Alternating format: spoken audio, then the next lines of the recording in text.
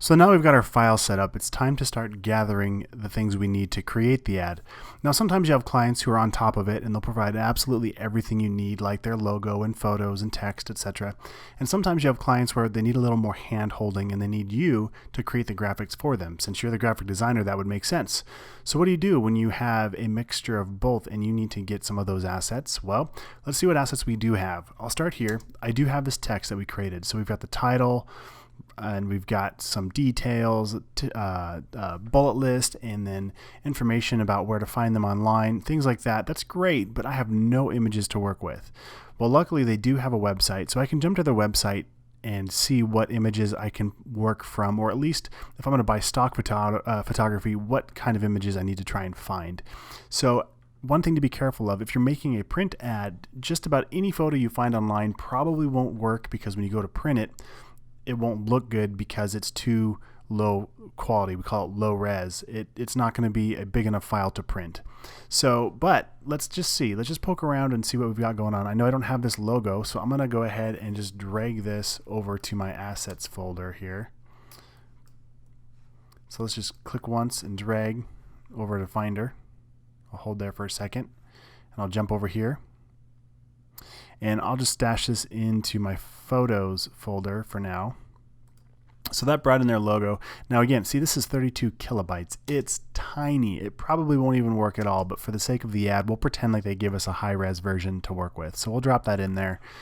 And then looking at what this area is, if we jump over to media, you're welcome to watch the video. They do have a video on it, but you can get a really good idea and understanding that it's downhill the entire way. It's only about a 2% or less grade.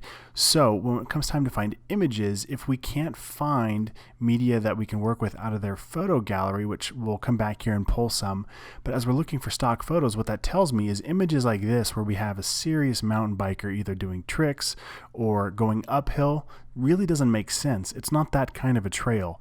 This one might be okay, but it's not that flattering. We don't want to look at the back end of people. We want to look at probably the faces of people having fun. And again, this landscape doesn't match. It's a cool photo, but it's not the right setting. So as we start to look through and pick stock photos, if we need to rely on a stock photo, we have to be careful that it matches with the setting and the scenery and what we're trying to convey as far as the message. So that being said, I've actually found a couple that might make sense. So what I'm going to do here is just grab a couple of them. You know, this one might not be the best photo for a couple reasons. One, I don't have a lot of space around the photo to work with, and it's a little cheesy. It does definitely feel like a canned, stock photo. But what we'll do is we're going to save a preview. So I'm going to click on this twirl down arrow, and I'm going to create a new library here, and we'll call it the Hiawatha, and I'll just call it that, so that way I know what it is. I'll add that rather, and now it's saving that comp. One thing I forgot to mention as I just dove in here, I just went to stock.adobe.com to open up that page and started searching for images. So you can search that way, or you can search for images right within Photoshop. So now when I come back to my libraries here, I can automatically see that new folder or that new library I created is right in here under my libraries window, and I can search Adobe Stock right from in here. So I can search for mountain bike, and it's going to give me results right within the Adobe Photoshop libraries window. So let's say, just again for the sake of the exercise here, maybe we wanted to add one of these. Let me see if I can find one real quick that might make sense here without taking too much time.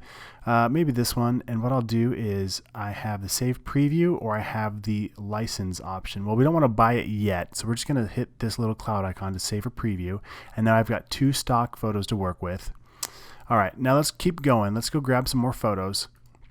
I'll jump back over to their website, and I can see that they do have a gallery. So let's just see if any of these make sense. I'm just going to click on a couple of them here, and I'll right click, and if I can, I'll hit save image as. Some websites you can do that, others you can't see it.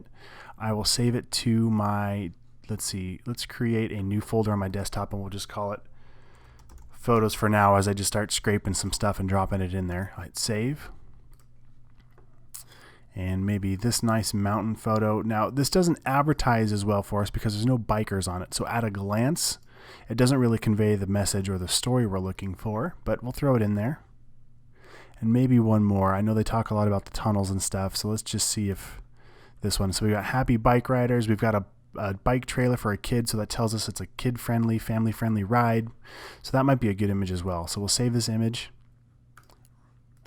All right, so let's say that was a strikeout. Let's say we didn't get the photos we want. Well, luckily they do have Facebook and Twitter and Instagram. So I opened up their Instagram and found a couple more photos that might work. On Instagram, we can't right click and save as. It gives us just the HTML file. It kind of protects it from scraping content, but we can take a screenshot. So Command Shift and the number 4 to click and drag and make a screenshot there. That'll just throw the screenshot right on my desktop. So if I go to my desktop right here, we can see that new screenshot that I just took. I'll drag that into my photos folder. And then on Facebook, we can, kind of quickly scroll through and see if there's any good images that we want to pull from. Here's kind of an interesting one. Looking down off of one of those bridges, I'll right click, save image as, and I'll throw that in that photos folder as well. All right, so now we've kind of gathered our photos to work with. Next, what I want to do is look at some of the overall branding. So there's a cool app I like to use. I don't know if you call it an app. I guess it's an extension for your browser, and they have it for Safari and Chrome that I know of for sure. I haven't tried it in the other browsers, but to know what fonts they're using for their website and their branding. So I have this little extension called What Font. I can click on that, and now I can start typing or clicking anywhere on their website to see what fonts they're using. So it looks like they're using Oswald, and that's the color. They're also using this one. I've never seen that one before, but Yanone. Anyway, so we can do some research and try and find these fonts. In this case, I'll probably just stick with Oswald because I know we have access to that with the Google Fonts library. And if you want to get that extension, go ahead and search for What Font extension, and you can see it here. Just add it to Chrome, and then you'll have this little icon, and you can jump on any website and see what font they're using for different things. So I'll click on that What Font, and you can see Instagram uses Proxima Nova. So that's a great little extension. I use it all the time, and when you're done, you can just hit exit up here or just hit the escape key. All right, so we've gathered our assets, we've got our text, we've got our logo, and we have some photo ideas. So in the next lesson, we're going to go ahead and start pushing some pixels around.